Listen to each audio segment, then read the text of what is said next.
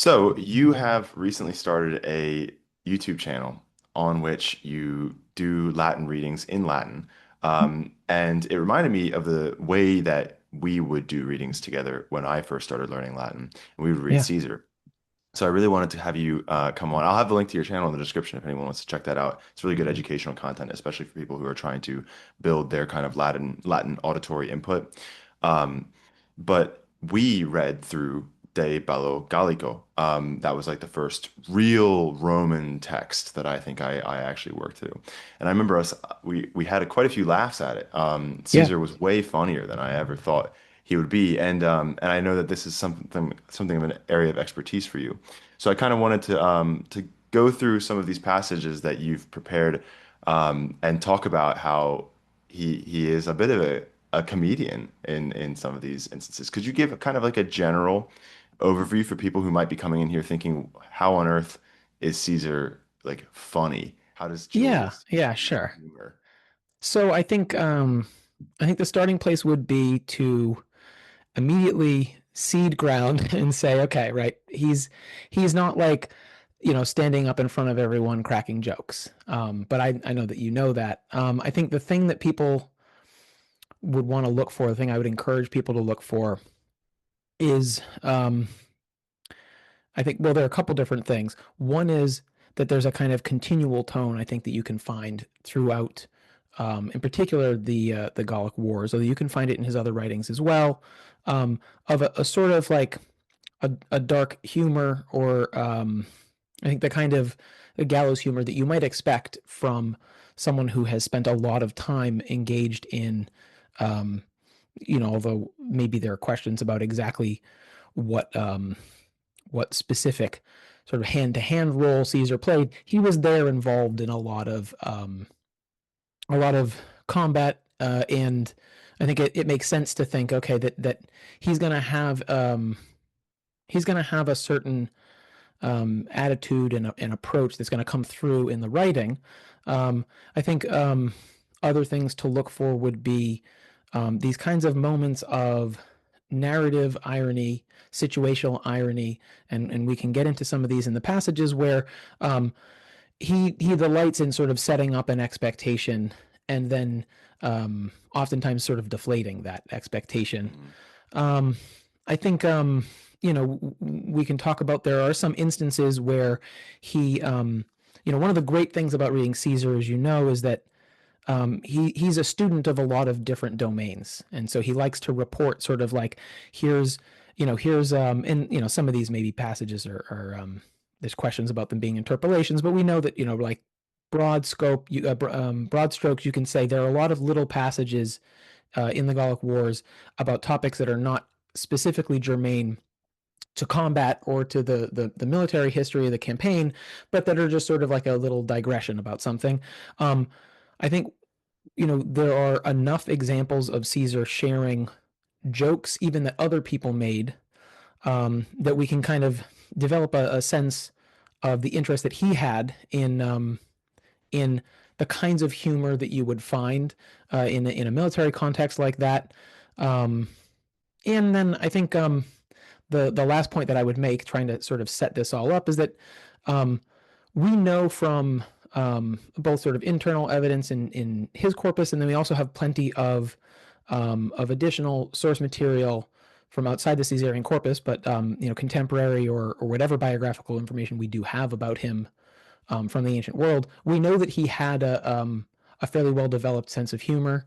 We know that he was known for having a kind of a biting wit, and so that gets back to that tone that I was trying to kind of refer to at the beginning of this little mini monologue that I'm giving, which is that I think we can kind of try to what we want to imagine is um, this person who's writing the Gallic Wars is not um, he's not actually by profession simply a historian, and this is no offense to a lot, but so historians are some of my greatest friends, but he's not simply a sort of like neutral observer who's merely trying to kind of like write down I think there's a tendency to think of the work as being very dry, and that's upon reflection, it's obviously not his intent at all with writing these commentaries. We know that he was a person of um, enormous personality, and that he was writing um, with a certain kind of intent and from a certain kind of personal perspective. And I think it's what we're looking for is um, we're looking for places where his wit comes through, or where he uses his kind of wit, or maybe even a kind of, like I said, a sort of dark humor, a sort of gallows humor, to make a point, or to kind of like draw the reader into the narrative a little bit more. Right, right. I'll just share the screen here to Sure. this doc that you've made um, of these quotations. And I want to segue into this. You've included this Cicero quote. Sure. Um, what was your intention? And I mean, I probably can guess why you Yeah. include this, but can you explain it? Because I've never read De Oratore, and Yeah. I assume most of my viewers probably haven't either. Although if they Sure. have, congrats to them. But Yeah, yeah, good for them. It's a beautiful, beautiful book. So the second book of De Oratora, there's a big portion of it that is given over to a description of the role of humor, and of course, as the title might hint at, the book is primarily concerned with the role of wit and humor in a rhetorical setting, but it's taken as, I think, one of the main sources of information from a sort of theoretical perspective. One of the main sources that we have for thinking about how about what humor was from an ancient mindset, and of course that's right. So ancient Mediterranean, Roman, what, however narrow you want to go with that. So so and interestingly enough, and I think that there is even some question about why he chooses to do this. Cicero puts these are most of Cicero's rhetorical texts are written as these sort of dialogues between different personalities, Mhm. similar to Platonic or Socratic dialogues. He puts a lot of the treatment of humor in the mouth of someone who is actually his name is Caesar. He's not the Caesar. He's not our Caesar that we're talking about, but he's just a Caesar, and so he kind of, he sort of gives, it's a really long, fun, interesting passage, just about all the different types of humor, and he sort of, there's some theory, and then there's plenty of great examples, some of which are still very funny, some of which don't seem very funny to a modern person at all for a variety of reasons. This little part here, what I thought was was helpful for us in terms of framing this conversation is that what he's saying basically is um, that there's something about this is sort of fundamental to the concept of humor, from Cicero's perspective, from an ancient perspective, that really comes down to this idea of something being unexpected, and so he says, natura nos ut ante dixi noster delectat error. So somehow it kind of naturally happens that when we make a mistake, we find that funny. And the mistake he's talking about, he says, quasi cum quasi decepti sumus expectatione ridemos. So when we're expecting one thing and then something else happens, that happens to be sort of just that. The way he says it, like this happens natura, it kind of tickles our funny bone. Like we just Mhm. naturally find that funny. And um, so the reason that matters with respect to thinking about humor in Caesar is that, again, we're not looking for belly laughs here, but we're looking for things that are um, where there's a certain kind of like expectation that's set up, and then again, perhaps Subverted. simply to entertain, but also maybe even to kind of make a little point, or to sort of to be a little biting. Caesar kind of like subverts that expectation. That doesn't only have to be humorous, but it can be humorous, and I think it's worth giving him credit that this was something that he was. Um, this is a person who was, according even to people like Cicero, who was, one of the best um, rhetors, public speakers, not rhetors, but orators, public speakers in ancient Rome. We don't think of him that way now because he did a bunch of other stuff too, but Right. he knew what he was doing when he was writing. So hmm Yeah, and I think so. We've got a couple passages here, which, as it says, do make use of this sort of expectations being subverted. And I'll read this first one. sure. So the sort of context here is that who do you what tribe? Oh, this is the I don't. Belgians, right? Yeah, I think it is. He's Yeah, because fighting it's the a book too. So Belgians. yeah. This is pretty far into his war against the Belgians, and he's recently won a couple of victories. And I can remember passages from those which are also on here later on. But in this particular one, he's sieging a city. Ac primo adventu exercitus nostri crebras ex oppido excursiones faciebant, parulisque proiliis cum nostris contendebant, poste a vallo perum quid est, duodecim Goldeck incercitu, quindecim milium crebrisque castellis circum muniti oppido se continebat. So yeah, they've surrounded the city here. Um, ubi vineis actis agere extructo turrem procul constitui viderunt, primum inridere ex murro atque increpitare vocibus, quod tanta machinatio a tanto spatio institueretur.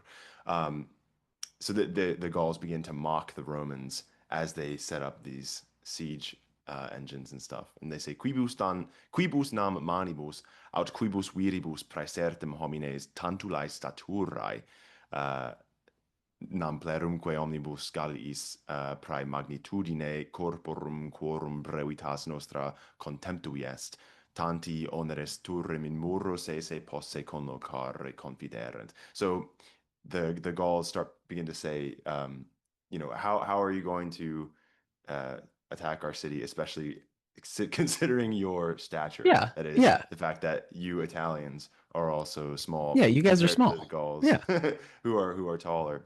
But then Caesar says, "Ubiver Roma veri et ad propinquare muris viderunt, noatque inusitata specie commoti legatos ad Caesarem de pace miserunt, qui ad hunc modum et cetera." yeah, So yeah. so then Caesar tells us that once they see the towers start moving towards the city, um, immediately You know, they immediately start yeah, suing for it's peace. right, right. I think it would be like the way that I think the casual way that I would try to frame this, right, for someone to see the humor in it is to think of, and this is something that again we're painting in broad strokes here, but I think that's appropriate when you're doing this kind of interpretive work from a reader's perspective.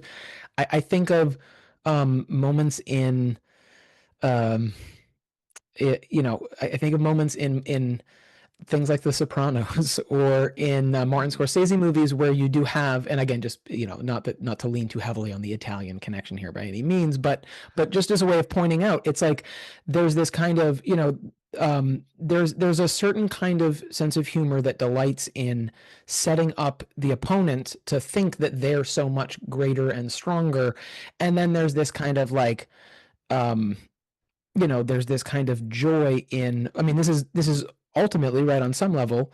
This is sort of brutal. It's about combat, right? And right when we break it down and we think about like what does it actually mean when you're moving all of these machinae bedly like towards the walls, right? There's something kind of brutal about it, but there's also a kind of pleasure that you take in being like, yeah, like I bet you thought that you were so great, but actually we're the real guys. We're the ones who are going to actually, Yeah, we're going to it's actually, like yeah, you and what army yeah, is yeah, it, exactly. There is like this kind of like, like in there's, Lord of the and Rings. yeah, there's also a kind of, yeah, right. So I think of those kinds of pop culture moments where, um, it can be the hero or it can even be the kind of, the anti-hero, yeah, where there's a sort of satisfaction at the fact that someone drastically underestimates them, and of course that's what Caesar's trying to set up here. And we know that I think that it's established that the Gauls were in fact taller than the Romans were, but I also think that the Romans like to lean on that fact. They talk about it a lot, right? That's one of the reasons why we think to wonder about it in the first place, is because they talk about the fact that the Gauls are so big. They think they're so strong, but we've got whatever it takes to actually turn it around, and before you know it, just like that, they come begging to us for peace. That's the idea, I think. Right. So this next one, the context is that you have Sabinus and Cotta, which are two legates, correct? They're Yeah, legates. yeah, That is, Caesar has appointed them as kind of deputies. I think a modern military example would be kind of like a colonel, or like a general, sort of just in like in the field, in charge of a camp, in charge of a couple legions. And Caesar's instructions to them were to stay put, do not move, while Caesar was busy in Italy or Illyria, I think one of those two. And so this Gallic tribe comes up to them and successfully tricks them into yeah. moving camps and then ambushes them as they're moving. Did you want to read this one and talk about it a bit? Sure, yeah. So, and so I will say, so, right, there's a ton that we have to leave out here because, I mean, it's like, lots and lots of chapters describing all the sort of like intrigue around this. And I think that's why I think it's appropriate to see this as a certain kind of like dramatic or narrative or situational irony, because here is then how it is set up that this legate Sabinos, who obviously chose poorly, here's how he meets his end. Interim, dum de conditionibus inter se agunt, longiorque consulto ab ambiorige instituitur sermo, paulatim circumventus interficitur. Now, so this is you can talk about, okay, right, Caesar is writing with a certain amount of compression and brevity, and there is a certain kind of rapidity to his prose. But if you take this in the context of a fairly long discussion of there's a sort of back and forth, as you mentioned, right, there's a disagreement between Cotta and Sabinus about how they should sort of handle this situation and whether they should try to trust the Gauls. Um, there's just something so abrupt about the idea that it's like, so, little by little he's surrounded and then he's killed. Yeah. That's it. And I think that's, And I mean, again, these are not, I think it's important to note, and I think I might have written this somewhere else in this document.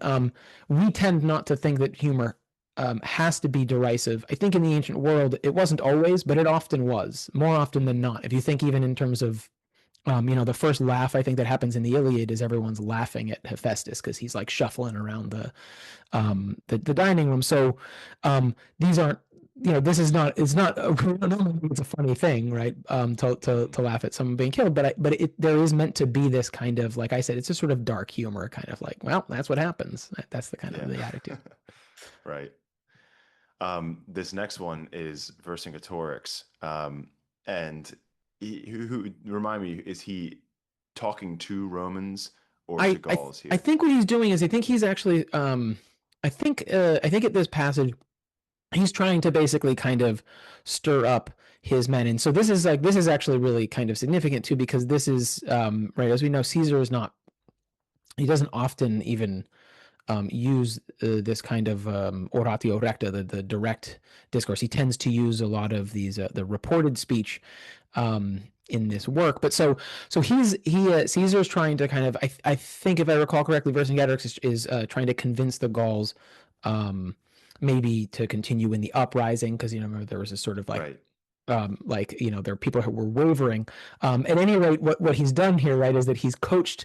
Um, well, he says he's going to show them these Roman soldiers who are going to give them more information about, I think maybe the Gauls' chances of winning something. I could be wrong on that, but the idea is he's trying to use these Roman soldiers as a as a kind of authority, like that'll help to convince the Gauls to follow his plan, right? And so he says, "Haec ut intellegatis a me sincere pronuntiari audite Romanos milites." So he says, like, look, we've got Roman soldiers here who will testify to what that what I'm telling you about the Romans or the Roman plans are true, like. Right. And so then the next sentence, right? Producit servos, quos in pabulatione paucis ante diebus excaperat, et fame vinculisque excruciaverat. And again, this is horrible, but there's also something kind of, there's something sort of funny about the fact that what he ends up, he says, and we got a direct quote from him, "Audite Romanos milites," listen to these Roman soldiers, like they'll tell you the truth. And then what Caesar says he does is producit, and then he puts forth these poor slaves who he had captured earlier, who were out trying to gather food for the Romans. He had captured them trying to get food, and he basically had just kind of like tortured them until they agreed that they would pretend to be Roman soldiers. Right. Again, from our perspective, right? This is like this is horrifying stuff, but there is a kind of, I think there's a sort of humor in this like there's something shocking about it, right? And so we think about the Cicero where he says like error noster nos delectat. It's like we're there's something kind of surprising, like, oh my gosh, wow, like he's just completely shamefacedly saying that these are Roman soldiers, and then Caesar describes them in basically the most wretched terms possible. I mean, these people who are just like starving, sitting in chains, and he's like, oh yeah, these are the great Roman soldiers you'll be fighting against. There's something humorous about it. Yeah, it at least seems like he intended it to be humorous, you know? I think that's I guess, and that really is, I think, the that's the most important thing here is like try to see the intent on the part of the writer, on the part of Caesar. He's obviously I don't think non temere fit. It's not just kind of happening by accident that he's happening to sort of juxtapose these two things so neatly. Hmm. Yeah. So those examples then deal with this kind of situational irony. The next ones are probably a bit more relatable, I think, to us, or at least more understandable to me.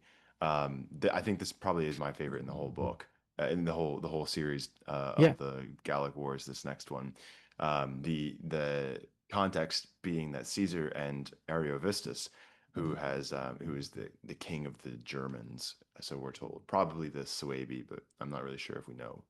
Um, he has he's trying to meet with Caesar, and last minute he says, "Let's all get on horses, and if we're not on horses, I'm not coming." And Caesar says, "Well, I don't want to waste this opportunity to negotiate with him, but I also don't trust my life in the hands of the Gauls, which are the only real cavalry that he has."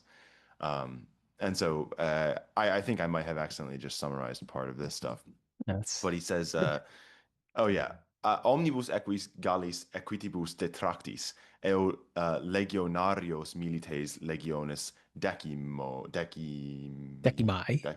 decimae, um, qui quam maxime confidebant." So he really trusts the tenth Yeah. legion the most. Imponere, ut praesidium quam amicissimum siquid opus facto esset haberet, quod confieret non in ridicule quidam ex militibus decimis decimae legiones dixit. Plusquam policitus esset Caesarem facere, policitum se in cohortis praetoriae loco decimam legionem habiturum ad equum rescribere. So this was actually grammatically difficult for me when we first read it, but what's happening here is that Caesar puts the 10th legion on the horses of the Gauls. That is to say, like, he trusts them to be his sort of um equitating, bodyguard. And when he does this, quod confieret, the legionaries of the 10th Legion say that Caesar has done much more than he promised when he had originally promised to make them praetorians. He had said he would make them praetorians, but he's actually made them knights, or Right. equites. Right. So could you speak a bit to this? What is the significance socially here, Yeah, yeah. being made them equites? Right. No, no, no. You set it up very nicely. So, right. So there's, and I think that it's, if I remember correctly, right, that there's the kind of earlier passage where there's some waffling going on in the camp, which I For think we sure. may even Yeah. have that later on too to discuss.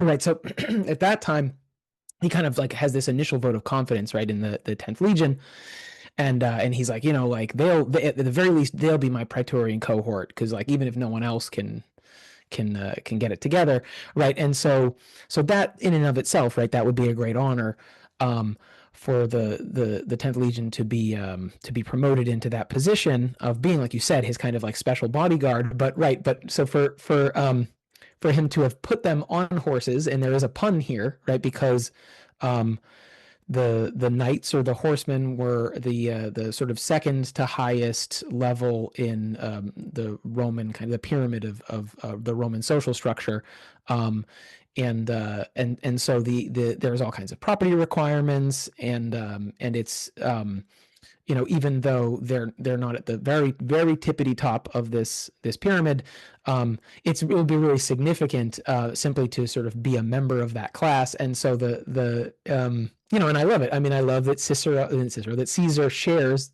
uh, with a little litotes there, non in ridicule, meaning like it wasn't not funny, like it was kind of funny that this guy said this.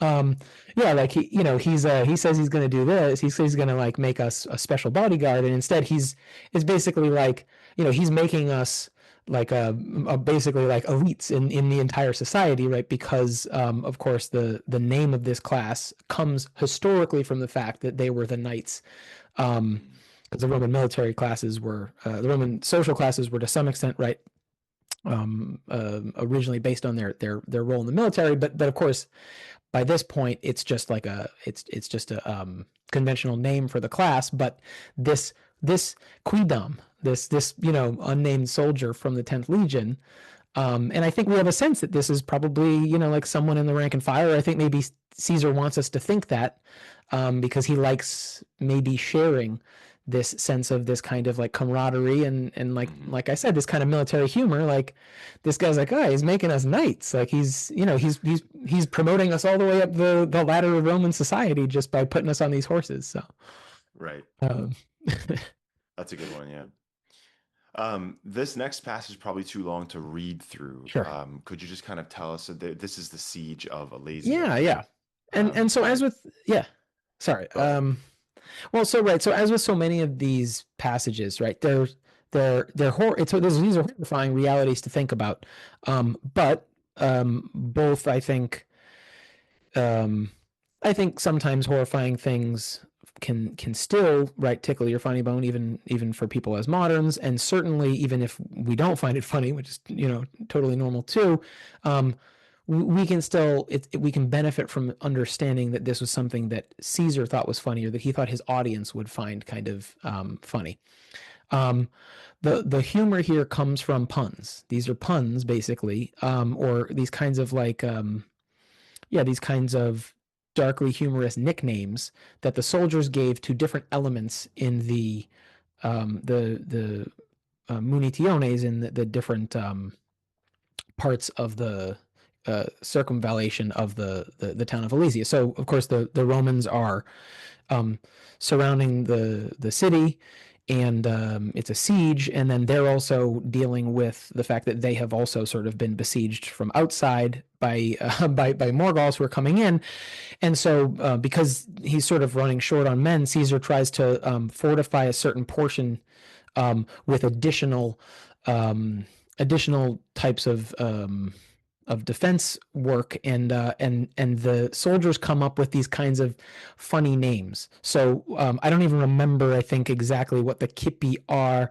I know the Lilia I remember because so the Kipi essentially are, right, like they're something that some feature in the munitions that must have the form of a kind of gravestone. And so the joke is that they're called Kipi because that's the one of the Latin words for a kind of a gravestone. The Lilia are particularly sort of brutally named because you think of the fact that these are basically circles. There are I forget how many if we had time we could read it, sort of like maybe rows of 5 of these holes dug into the ground with a pointed stake right in the middle of them. So they kind of Right. look like lilies. When you think of like a lily of the valley, you think of a lily. And so the soldiers are calling them lilies. And then it's the same thing with what they are calling basically like spurs or stimuli, like the kind of like the goads. Again, these are so all of these are basically features in the defense work that are intended, right, ultimately to like horribly brutally maim someone if they fall into them. Mhm. But there's this kind of like I said, it's this sort of like Caesar, I think is he want if you look at it this way, he didn't have to pass along these little sort of like funny-ish nicknames that were shared by the soldiers, the rank and file, seem to have come up with for these things. There's some reason why he wants to share them, and I think it's because he either thinks that maybe there's something kind of grimly humorous about them, um, and or that kind of it lends that sense of verisimilitude that you're like there in the siege with them, and that you can kind of like delight in that kind of gallows humor with them. It's you think of darkly humorous war movies, some of which were maybe intended to be anti-war movies and were later taken up even by people who didn't necessarily interpret them that way. Things like Apocalypse Now, there's a kind of horror, right, to joking about like people see a lot of humor in some of these kinds of scenes of like, I love the smell of napalm in the morning. These Roman Right. soldiers are sort of sitting here joking, like, oh yeah, those are like beautiful little flowers over there. It's this like horrifying hole that you could fall into and get impaled on. So that's the context of this whole section here. Right. Yeah. I always hear you mention this one in particular when you want to explain, I think this concept of Caesar being ironic.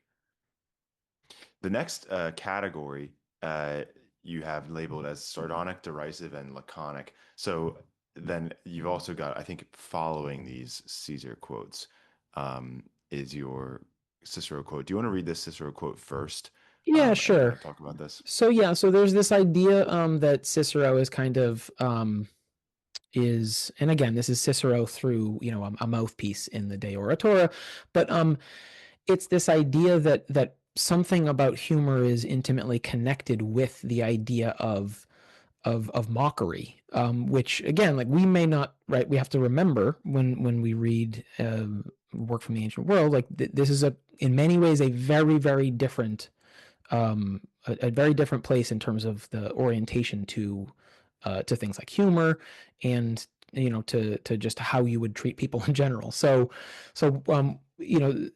Cicero kind of is explaining the idea that like that the things that we find funny are often things that you would find that you would make fun of. It's this inherent idea that humor and laughter are connected with mockery. So he says locus et regio ridiculi, nam id proxime quaeritur. This is contextual.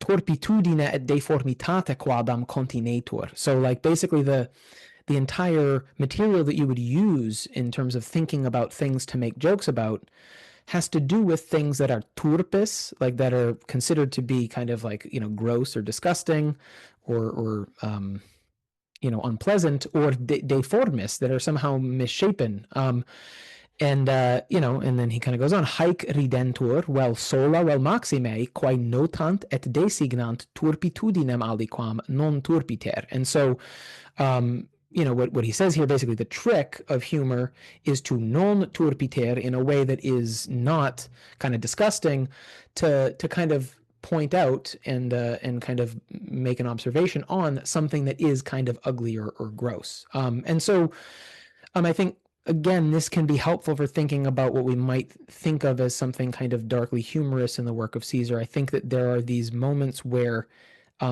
he is, I think we're meant to, from his perspective, we're meant to sort of like savor the derision or the kind of withering delivery that he gives of certain, the withering description he gives of certain things that are taking place in the history. So, like, I mean, if you think of if you scroll up to that first example, um, you could read this, and that's why I wrote that these things might be. It's obviously there's a lot of, you have to kind of, um, it's certainly possible that in some of these passages, someone being me is, you can maybe read a little too much in, but I think if you read these things quickly and continually, and you read them over and over again, and this is where I first started thinking about this, just like you, Grahima, when I was first reading, start to finish, I took a great class when I was in grad school, and maybe even just before grad school, where the challenge was like read all of the Gallic Wars.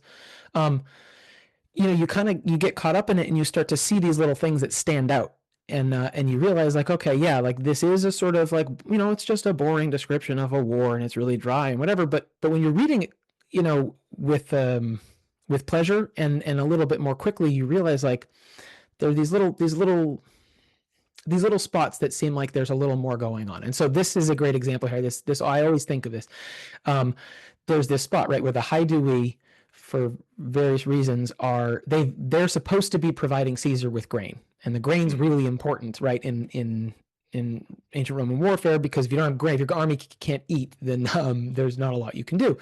And so the Haidui, he kind of comes to this, are they're leading him on. DMXDA Ducera Haidui. And this is again, it's laconic. It's you think of that kind of mhm, Spartan wit where it's like there's something kind of a little biting and it's a little harsh, but there's also something a little bit kind of like there's a little bit of a grin in the way this is being said. The Haidui are just lying to him. They're just stringing him along. Conferri, comportari, ad essa dicere. Like the idea here is, and again, you have these quick little historical infinitives. They're telling him, oh yeah, we're just getting it together. Oh yeah, they're bringing it here. Oh yeah, ad essa. Like it's right here. It's basically right here. mhm. And in the context, right, Caesar has let us know that this is not what they're doing at all. They're just kind of full of it. Um, I don't know. I don't know how you can read that in the context and not I think did. that he wants you to feel like a little bit of a grin, like oh, like and again from a kind of Roman perspective of the Romans obviously they're looking down on the Gauls. They're like at best they're a little bit kind of condescending towards Mhm. them. So that's I think that's there. I think that's there. Yeah, there's a rhetorical device for this that I forget what it's called. I don't think it's called a syncretism or ascendate or there's something that I'm forgetting. He uses it occasionally where he has been talking for quite a while in these kind of long Mm-hmm. oratio obliqua sentences, and then this begins the next paragraph, and it almost is more impactful when you listen to it, which. Corey actually has great audiobooks of these texts, and I'll have those linked in the description as well. But it's almost kind of shocking. He suddenly becomes so terse or Oh right, laconic yeah, the here. asyndeton, the asyndeton. Yeah, there's no connectors here. It's just like conferi, comportari, ad Yeah, essa. Like they're just saying, yeah, it's here, DMXDA, here, ducere, there, yeah, yeah, confer, yeah, composare. yeah. And it is, you do kind of get jarred out of the sort of lull of like, okay, and then this happened, and that happened, and this, and then he kind of, it feels very personal, where you can almost sense his exasperation with them. Yeah, I think that's absolutely right. I think again, these are not written right. If you think of the genre, they occupy a kind of awkward spot. The commentari, they're not full blown histories by any means. They don't have the kind of they're not as rich as like Livy or something like that. But there is certainly a place in Roman historiography for this kind of like dry and like I said, sort of sardonic, like yeah, this dark wit and biting wit and kind of ironic humor. And I think that I don't know, I don't know how you can't see it. Sort of like you said, you can sense his frustration, but we have to remember, right? He doesn't want to come off like a kind of like a bitter hothead, right? His main concern, if we think of Caesar again as the person, right? We think of him as this. He wants to project this image of having a huge of being magnanimous and that's obviously part of what we see in his constant claim to clementia, but I think we can also maybe see it in the fact that he wants to kind of be sort of like, oh, what can you do? He wants to kind of get across this sense of like kind of um like he'll put up with it because he's a worldly person and he's not going to get too bent out of shape. But of course, it was ridiculous Mhm. that they were not bringing the frumentum. That's my sense. Yeah, yeah. These next two are pretty great. This being at the beginning of the second half of the Yeah, first book. yeah. So he has these two Maximi Belli uh, that or is it Belli? Actually, I don't know. Um, Bella, bella. It's a yeah, bello, okay. bella. Yeah. Yeah, Maxima Bella then that he does in 1 year, one with the Helvetii, and then the other with the Germans, that being Ariovistus that we just talked about. And the Gauls invite him to the war with Ariovistus, famously cited as a really bad political move on their part. But they kind of ask him for help because they they can't deal with the Germans themselves. I guess I should say the Germanic peoples that they're fighting against, but those people themselves. And I don't know. These are pretty long as well, but we we do have situations where the Gauls omnes flentes Yeah. Caesari ad pedes projecerunt. That is, Yeah. they were all of them crying Yes. through themselves to the feet of Caesar. Yeah. Yeah. And then Right. And then again, I'm right. A Magno right. I mean, Magno sorry. Fletu, yeah, with a great wail, with great crying. After Dionysius gives his speech, they all begin, so, and I love that mental image here of you have Dionysius comes and stands before them, delivers his address to Caesar, and then scarcely as it's ended, they all start like erupting into Yeah, tears saying, yeah. And I mean, and this "Please is do right. it, Caesar, And please." right. And think of this is like he, again, he's not just doing this right kind of at random, right? He's painting a very he has a specific goal in terms of how he's painting this picture. And I would think at least one of the goals here is he wants to get across, right? This is how Caesar, this is how the Romans viewed the Gauls, right? He sees them as I don't know. There's something from the Roman Emotional. perspective, sort of like comical about how emotional they are, how unregulated they are. It's like they, he obviously wants to use their how upset they are also, right, to justify the fact that he's continuing to get involved in these military affairs and expeditions. I'm sure that's part of it, but I think there is also um, like I said, there's a kind of it's condescending. There's no question, but there's a sort of like it's a gentle derision. He's mocking them, but he's also saying like, come on, like we had to help them out. I mean, look at how pathetic they were. They're sitting here just like kind of crying at our feet. I mean, I always remember this detail here that there's the Sequani, which is like a sort of Yeah. subgroup, they're not even saying anything. They're just sitting there kind of looking down at the ground in silence, right? And that's Yeah. again, I mean, you're right, Capite like demisso terram yeah, right, they're just intieri. They're staring at the staring ground. at the ground. Right. And it's like, I mean, again, right, with the, of course, caveat, proviso, whatever, that this is like, these are all horrible realities to think of. But I think, if we give ourselves to the text a little bit, I think there's something that is perhaps accidental, but I think something that's intentionally meant to be a little bit comical about this. I don't know that the Roman who's reading this is expected to have this sort of like, I don't think this is tugging at their heartstrings so much as that they're kind of feeling like, oh man, these Gauls, like, what kind of crazy nonsense are they getting themselves into here? I think that's Exactly. Yeah. the desired effect. It is very like dry humor. Like he says they wouldn't even open their mouths, and then he had to ask about them, and Right. it's very So yeah, he vivid. has to, He has to yeah. go around. He goes around, he sees them all crying, and then he nudges Diwikiakos and says, "What is wrong with these Yeah, like what's men? going on Like with these why guys? don't they Right. say Like anything?" why And are yeah. Diwikiakos is like, they have it even worse than everyone else. Right. They don't even Right. dare to speak. They're so afraid of Ariovistus." So anyway, yeah, that one's pretty ridiculous.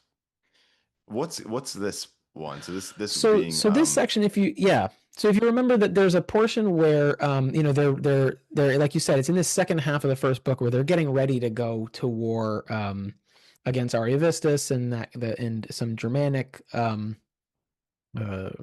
yeah, like a Germanic army. And so before they actually um, come to conflict with them. And I think this is the part that sort of sets up, if I remember, I might be remembering, but I think this is you're what sets correct. up that You're that vote correct. Yeah. of confidence, right? So that he has in the 10th Legion. Um, there's this moment where it's like in the camp, people are hearing rumors, right? It's like they're hearing rumors from the Gauls and from merchants that like, oh, the Germans are so big and they're so strong that literally you Yeah. can't even look them in the, you can't even, it says, right, ne vultum Nate. quidem atque aciem Yeah. oculorum dicebant fede potuisse. Like you can't even look them in the eye. You can't even see their faces. Like you're immediately gonna just like run away.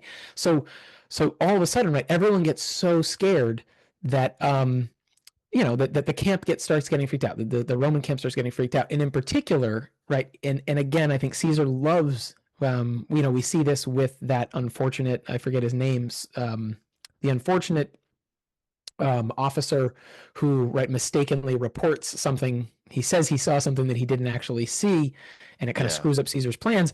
Caesar, I think, likes to share this, right? Because he wants to present himself as a kind of like a soldier's soldier.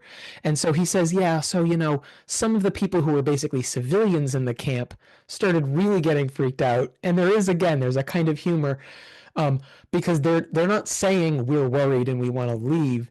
They start coming up with other causes. They're like, oh, I have somewhere else that I gotta be. So Yeah, if I could exactly. just go, and then some people are, um, they're like really trying to keep it together, but they can't. They're just sniffling and kind of sad. And then people are, this is the sort of last part, the last sentence really kind of says it all. Because I think, again, I can't imagine that Caesar is writing this without just a faint hint of kind of like a mocking smile. Vulgo totis castris testamenta obsignabantur. People are signing their will and testament. And I mean, granted, that did happen in military, right? We know that happened in Roman camps, sure. There's a whole framework by which that can happen because you know that you're about to go off to die. But I think the point here is Caesar has set this up to make it clear that these people were overreacting. They're not in any kind of serious danger. Um, or like at the very least they're meant to seem kind of ridiculous and a little bit kind of hysterical or something. So it's great that there's this idea that every single person's like getting ready to die and like having the last rites done or the equivalent in Roman times. There's Yeah. something funny about it. There's something funny about it. I love the mention that they had some sort of reason that they had to leave, you Yeah, there's know? a They alia causa illata. I mean, it's so funny, right? They're like, uh oh yeah, I forgot to tell you, he mentions elsewhere that some of them were like worried about the journey, saying like, I don't know that we have enough food that. Well, for that's us to yeah, press yeah, on exactly, anymore. yeah. That kind of thing. And then again, this is just hilarious at the end, saying that they couldn't retain their tears. No Yeah, que right, right. lacrimas tenere potera. I mean, This is soldiers if like yeah, yeah. struggling not to just sob It, in the I, caverns. I think if if you it is possible, I guess, if you want to sort of take the diametrically opposed view and say like, no, this is all meant to just be completely serious. He just wants to kind of like increase the dramatic tension. I guess you could make that case, but to me, I think I don't think that there's enough. I think both in terms of, like I said, the sort of external evidence that we know that Caesar had like a biting wit and a kind of maybe to us weird sense of humor, but he had a sense of humor. Um, and then also there's just like I said, there's something that is meant to be I don't think that he simply would have thrown these people under the bus, basically, because he's Yeah. describing people from the Roman camp in a really unflattering light. I think he's doing that in part. Um, like I said, it's derisive. It's meant to kind of mock their foolishness and their lack of confidence in him as the ultimate leader. But I don't think it's I don't think that it's that there's I think you have to admit that this isn't the straightforward way of trying to tell that kind of like purely heroic tale. There's something else going on here. That's my feeling. Yeah. This is the passage you just referenced, this Publius Oh, Considius Considious, that passage. was his name. Yeah. Yeah, yeah, yeah. So here we're back fighting the Helvetii, and they are moving camps, and Caesar is kind of chasing them at like a distance, attempting to sort of engage in a favorable battle. And he has a hill occupied by Labienus, if I'm not mistaken. Yeah, Labienus. Uh, Yeah, yeah, yeah. I think that's right. Yeah. and yeah, so he has one of his legates occupy a hill so that he can kind of catch the Helvetii on either side. And they walk into the trap. The Helvetii walk into the trap, and Caesar says, "Okay, we can do it right now. I need someone to tell me if we have the hill." And so he sends Publius Considius, qui rei militaris peritissimus habebatur, et in exercitu luci sullae in postea in et postea in marci crassi fuerat cum exploratoribus praemititur. Ergo, that is, Publius Considius, who everyone told Caesar Right. that Yeah. he He was was right. peditissimus. There's something incredibly damning right about it's because yeah, because he ends up right. He blows it. He says he sees Labienus's men on the hill and he thinks that they're Gauls. I mean, he's like he just completely screws it up. And I right there's just something that's so biting to me about qui re militaris peritissimus habebatur, and it's like you can picture Caesar like looks at the camera and he's like, I don't, Yeah, they told me this guy knew what he was he doing. was said to be really good at war. Yeah, Um, he fought in the army of yeah, Sulla yeah. and Crassus, and yeah. For the sake of the listener, he does go to the hill. He sees the Roman camp. He immediately doesn't recognize it and starts freaking out and comes back to Caesar saying, "The Gauls have the hill. We can't do Like we anything." can't do anything. Yeah, and so Caesar calls off the attack when in reality, the next day he realizes that they did have the hill and that the Helvetii had just marched through the ambush and then left, and they hadn't sprung it. They just wasted a chance to win the battle. So that's a pretty good one. And then this one is from the beginning of that sequence with the Yeah, yeah, Helvetii. this is right, right. I mean, this is, right. So this is, people, anyone who's read even just like the first couple chapters from, like a high school Latin class or something might recognize this. And this is, I think, I mean, I was just thinking while we were reading that part, I mean, this could be completely wrong, although I know that this is, having written a paper on this years ago in grad school, I remember that there was at least there wasn't a ton, but there was some scholarship on this. I remember a really good German paper. So I don't think this is completely, out of left field, but even if I am totally wrong, I feel like I can't be because it's more fun to read Caesar this way. It's really funny to think of Yeah, him, raising an eyebrow as he's like writing or dictating the word habebatur. I think so to me this is the very first thing that I noticed that I thought there was something funny about diction here, about word choice. So he's talking about the Helvetians and how the the context is basically that they and again this is all from Caesar's reportage, so we don't, I mean, hmm this is how he's describing the causes of this conflict, but he says basically they were, because of the kind of natural boundaries and the political boundaries, they weren't able to wagari, which was something that according to Caesar they wanted to do, and they weren't able to wage war on their neighbors. Minus facile finitimis bellum inferre possent, right? It was they weren't able to go to war with their neighbors. Qua ex parte homines bellandi cupidi magno dolora afficiebantur. Now you could read that totally kind of neutrally and say, and it was they were affected with a kind of great pain at the fact that they were not able to do this, wage war on their neighbors because they were a warlike people. But I think there's something almost a little bit kind of sarcastic about this, yeah, because he's saying like magno dolore ad fici. I mean, this can be said in other contexts, but right, that can be like a pain of loss. It can be a pain of sadness. It can be a bodily pain.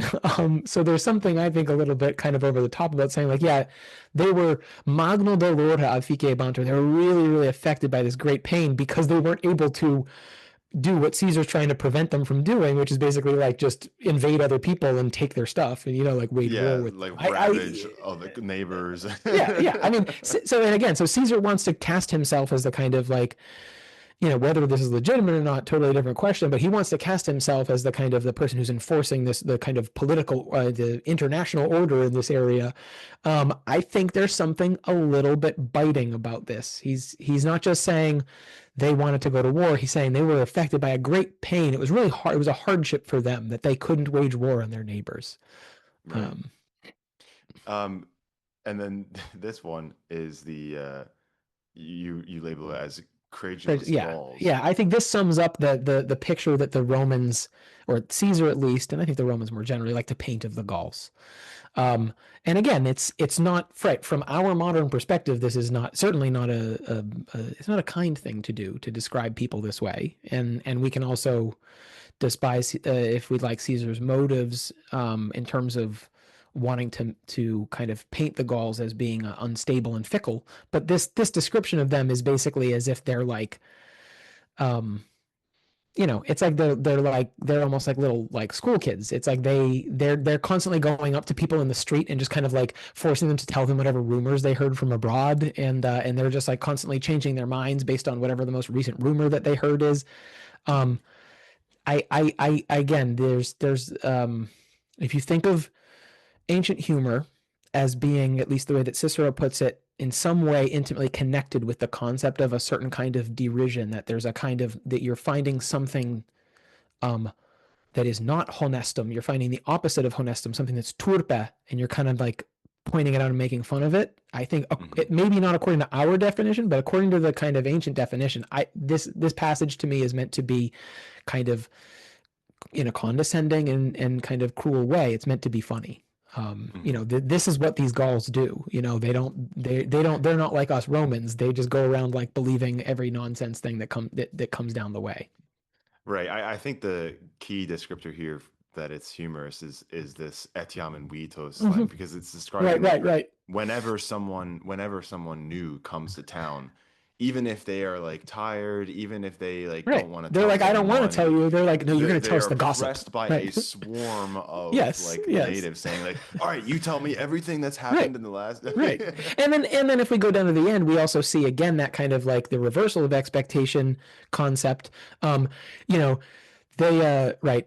His rebus auditionibus per moti. So they're like they get really moved by all this gossip that they forced out of the random wayfarer. They summi saepe rebus consilia ineunt. So according to Caesar, they like immediately decide that, all right, we're going to go to war based on this rumor we heard. Quorum eos investigio paenitera necessest. And of course, he says like it's a logical necessity that they're obviously end up regretting the ridiculous things they do because they're just like listening to incertis rumoribus, right? Like they're just at pleri yeah I think plerique. There might be an error in the text, but so it's like right, they're like they're listening to complete made up nonsense, and Mhm. that's again derisive, sure, but but also meant from the Roman perspective to be kind of humorous. Before we get to the last quote that you have, there's one Sure. more that just came up to me as being, let's see if we can get De Ballo, of being in the same way in the second book when he's fighting the Belgians. Mhm. Can you see this? Oh yeah. Yep. And I'm thinking, Certo, or yeah, right here. So this is when this is a big battle that they have between Caesar and the Belgians at a ford. That's the Yeah. battle at the river. And the Yeah. battle is going, it's not really going much either way, but the Belgians, it's a somewhat of a loose alliance of Right. tribes that Right. have come to fight against Caesar, and he's sort of winning against them, and they can't really make any ground. So that night, they all get together and they, put their heads together and they think, we're not going to win this battle. I have a better idea. Let's all go back home. Let's all go back to our own tribal homes. And then whenever Caesar comes and attacks one of us, we'll all go there. That way we can fight a defensive battle. It's a great idea. And so, even if this were a good idea strategically, what ends up happening is that ea re constituta, like once they had decided on this, um, in the middle of the night, strepitu ac Yep. tumultu, like with a large like noise, like crashing noises and Right. stuff like It's like that. you're picturing like kind of cartoon noises of like pots and pans banging and like Yeah, yeah. like the Right. cat screeching. Yes. And then nullo certo ordine neque imperio, like without any sort of order or Right. like Right. supervision, the Gauls just all. Oh yeah, it says it right here. Cum sibi quisque primum itineris locum peteret et domum pervenire properar. They all just decide to Right. go Like let's home. get out of here. Let's go. Right. Yeah. And so everyone just starts going their own separate way. Again, nullo certo ordine. And then Caesar says, "Fecerunt ut consimilis fugae profectio videretur." That is like it looks like they are just fleeing. Like Right. it Right. looks like a mass exodus. Right. And Caesar himself, he writes that he doesn't even believe it. He can't believe it that that they're doing this. So he actually thinks that it's a trick, and he just stays still waiting to see what happens. And then what is the time? Um, oh, he says, oh yeah, he hadn't realized what the reason for it was. And then at prima luce, so at dawn, he's like, okay, no, this is actually happening. They Right, are right, actually this stupid. And goes out and immediately just, he right. chases them down. It turns into a huge rout. But that, I mean, that's just hilarious. He has to know what he's doing there. I know. I couldn't agree more. I couldn't agree more. Okay, so you've got one more quote here. We already talked about this Cicero. Oh, Yeah, two yeah, quotes yeah. here. We talked about this Cicero quote. So I haven't seen these before. This is both Suetonius. Can you kind of talk me through these ones? Yeah, yeah. Um, so in both of these passages, right? So they're both from Suetonius' Life of Caesar, and of course these are, the lives are written later, and so it's not contemporary evidence. And there's certainly plenty of like lurid details in Suetonius's lives, and less so in Plutarch. But Plutarch's also not a contemporary, so you can raise questions about how accurate or reliable these sources are. But I think there are other sources. These are just two that I kind of like that popped into my head. There's enough other, I think, evidence to kind of clearly establish that Caesar was known for having a kind of wit. Again, we don't have tons and tons of we've also lost a lot of his writing. And unfortunately we don't have we don't have his like letters or something like that. It's not like the Ciceronian corpus, so we can't see all of this stuff in exactly his words, except for perhaps in the works we do have, as we're arguing right now. But what you have here are at least two different senses, two examples from Suetonius of things that Suetonius shares in there's supplementary evidence in Plutarch of this, that are sort of like jokes, if you want to call them that, or sort of playful humor that Caesar used. One is basically that there's this whole episode right early in Caesar's life where he's kidnapped by pirates, and he eventually gets ransomed, but it takes a little while for a variety of reasons. And so what happens here is basically like as soon as he gets ransomed, right away, he ends up like puts together a fleet, and then he goes and he gets the pirates who had kidnapped him and ransomed him, and or held him up for ransom, and it and the passage says basically he ends up subjecting them to the death penalty, the supplicio, I mean the torture. I think in other sources it's clear that he actually has them crucified, although it was a sign of his great clemency that he had them suffocated before he crucified them. But so what it says here though is that he adficeret eos redactos in potestatem. After he captures them, he affects them eodem supplicio, quod saepe illis minatos inter iocum fuerat. So when he had been waiting around with these pirates to get ransomed, there's clearly he's joking with them. He's joking like I'm gonna come back, I'm gonna kill you guys, and I'm gonna just you wait. And this is made clear in Plutarch. Uh, that he appears to be sort of joking with them when it first happens, and the pirates, the image you have is the scene that's drawn is that they're kind of like, oh, like, this crazy goofball.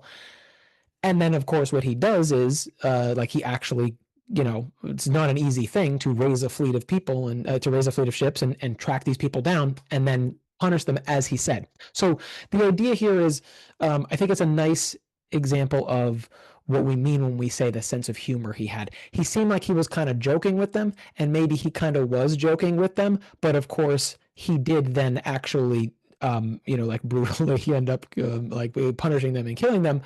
So it speaks to the fact that like that he had a kind of sense of humor that might seem very different and kind of alien to us, but that was recognized as as being a kind of there's a kind of sort of joking involved. The second passage here is just again the way in which he tried in a couple different ways to kind of blunt the impact of of omens or that soothsayers had. He obviously we see it in other places too. He doesn't seem to have had a particular concern for kind of these sorts of omens that might have terrified other Romans of the time. He he falls when he's coming out of the ship um, to first land on the North African coast, and that was obviously like a not a good omen when you're when you jump off the ship and then you wipe out, right? Um, Hmm. but what he says is "Teneo te Africa." So he falls and then he says like, "I got you, Africa."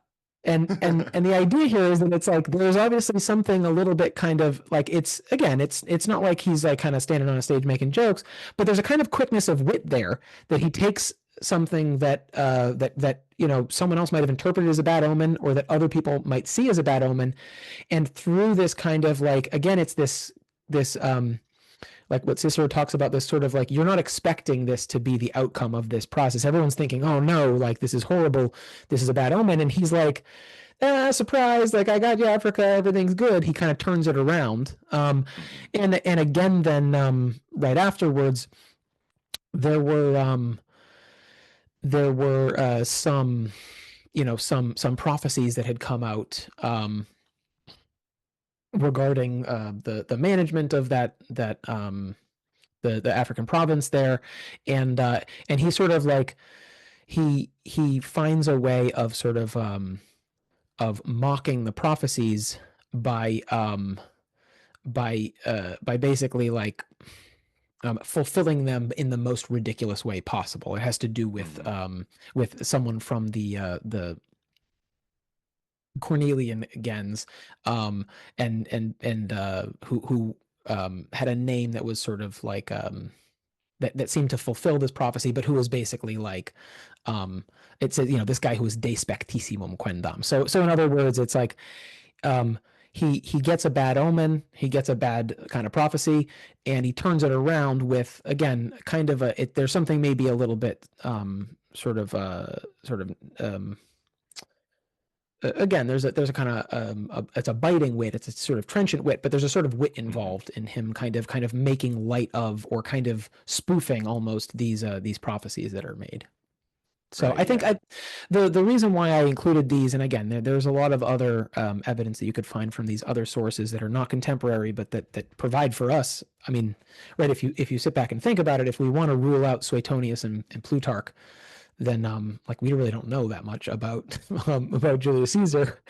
Hmm. Um, I think my point here is just to point out we know that there were personalities in ancient Rome who were um, who really did not seem to have much of a sense of humor. Um, and I think maybe the casual observer might assume that Julius Caesar would be one of them because it's like, oh, he was this great general, and like he was an important statesman, and on and on. He was Julius Caesar, but what we know of him is that he was by Roman standards a very highly cultured person, and had very particular tastes, and was very interested in letters and literature. I mean, he like wrote a book on grammar that he dedicated to Cicero. There's all this evidence that he was by no means a one-dimensional person, and I think you can find plenty of evidence of his like this. These are just a couple little snippets of his Hmm. kind of his interesting sense of humor and his wit, and the way in which he's here's the thing, right? He's obviously whatever you think of him from a sort of moral perspective, he's clearly a brilliant guy, and I think that comes through even in his writing, which you might expect to be sort of as dry and neutral as possible. I think that you see this wit, or you see sort of glimmers of it, and of this kind of ancient conception of derision in it. And that's those points are just buttressed by the fact that we know from other contexts that that he could turn a situation around with a little twist. Hmm. Well, yeah, that's all. I mean, I totally agree. I think I had never read this passage before, so I'm happy to have learned about that. And I think you are totally right about him in that regard. we are on time here. Sure.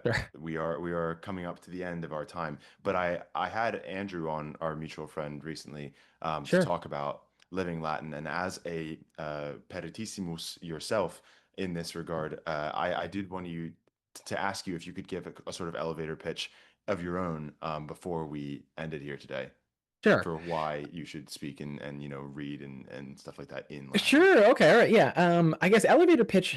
Geez, that's I'm not known for my brevity, unlike Caesar. Um, I mean, here's the way that I'll put it. I um, I think I would say it's fine for people to be um I was never skeptical about using Latin as a language because when I came to Latin in my mid 20s, I knew so little about it that I naively assumed that you had to use it to learn it because I was under the impression that was just how you learned any language. I quickly found out that was not how everyone saw it, but my experience, and then this was my experience early on was that I made incredibly quick progress in exactly the things that I wanted to be able to do, reading the authors, understanding them on more than a purely superficial level, though, of course, someone could suggest that maybe we're digging too deep here.